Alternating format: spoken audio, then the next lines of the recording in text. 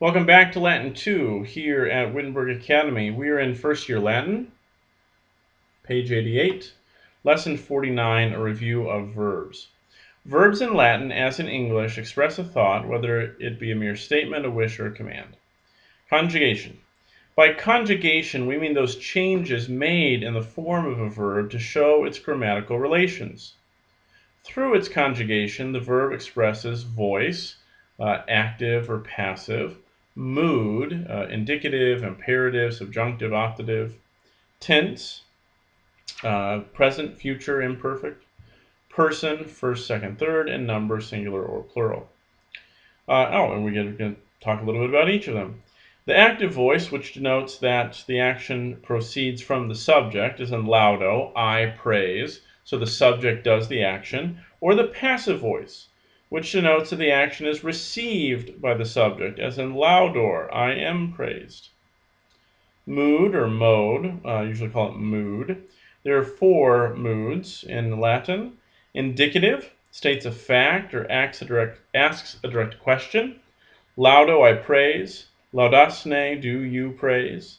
The subjunctive, which generally represents the action as possible, desired, or as conceived by the mind. This is the most difficult of Latin moods and will be studied later. Okay. The imperative, which expresses a command, exhortation, or appeal, as in lauda, praise, command. And the infinitive, which is in fact a verbal noun, with some of the uses of both nouns and verbs, as in laudare, to praise. I like to praise God. So you can see there it acts as a noun. Tenses. Tenses for incomplete action. The present, which represents the action as taking place at the present time, as in cogito, I am thinking. The imperfect, which represents the action as taking place as continuing in past time, as cogitabat, he was thinking. And the future, which represents the action as going to take place in the future, cogitabo, I shall think. And then tenses for completed action. The perfect tense, which represents the action as just now completed, or merely as having taken place in past time, as in ambulavi, I have walked, cogitavi, I have been thinking, I have just now finished thinking, or also simply as a past tense, I walked, I thought. Every language has its own nuances in the ways that verbs are used, and especially the tenses. The ways that the tenses are used in English and Greek and Latin and Hebrew, are all very different from each other. And so the perfect in Latin is very often simple past. But then again, very often it has the idea of an action being completed in the past whose results still continue in the present. That's kind of the classic definition of the perfect. Pluperfect, which represents the action as completed in past time, before some other action. Cogitaverum, I had thought, I had been thinking. And the future perfect, which represents the action as one to be completed before some other future action, expressed or implied. Cogitavero, I shall have thought. By tomorrow at 3 o'clock, I will have already eaten lunch. So you get the idea. All right, let us look at some new vocabulary. What to do with a chapter like this that just introduces a bunch of ideas. Go back and read through, this explanation of the tenses and the moods. Obviously, we're going to deal with these things kind of one at a time as we move forward in the chapters. But you may want to review this so that at least it'll ring a bell as we introduce these different tenses and moods. Well, the vocabulary on page 89. Civitas, community, city, state. Cogito, I think. Meridies, meridium, in the accusative, that's noon, midday. Use is a right, a law. It often express the notion of it's my right to do something. Ante, as a preposition, it takes the accusative and it means in front of. As an adverb, it means beforehand, previously.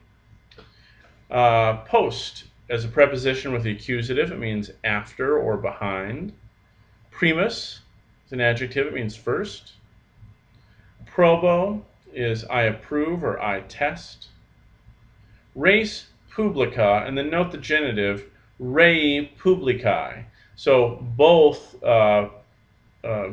res and publica are declined. Means the government or state, obviously where we get the word republic. Public things, the public matter, the state, the government. All right, page 90 are translations. Do your best, come back, check your work. Sentence 1. Quid de republica milites cogitabant? Quid de republica milites cogitabant?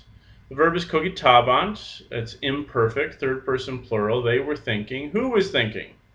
Milites, the soldiers were thinking.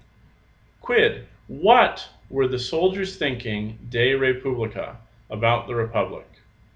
2. Imperator Romanus legatos amplos in civitates Galliae mittebat. Imperator Romanos legatos amplos in civitates Galliae mittebat. Mittebat is imperfect, third person singular. Who's doing it? Imperator Romanus. That's in the nominative. That's the subject. The Roman emperor was sending. Whom was he sending? He was sending a direct object. Has to be in the accusative. Ample legates, many legates, into civitates Galliae, into the cities of Gaul. 3. Dominus jura omnia in servos habent. Dominus jura omnia in servos habent. Habent is obviously the verb. They have. That's a typo. It's got to be either domini for plural to make that agree with habent, or it needs to be habet. It needs to be the Lord has, or a master has, and it should be habet instead of habent. A lord has all rights, jura omnia, over slaves. Or it could be domini, masters have all rights over slaves. So that's a typo there. Sentence 4, ubi oratus heri post meridium. Ubi oratus heri post meridium. Oratus, that is imperfect, second person plural of the verb sum, y'all were. Where were y'all? Where were you, Harry, yesterday afternoon? Post meridium, PM.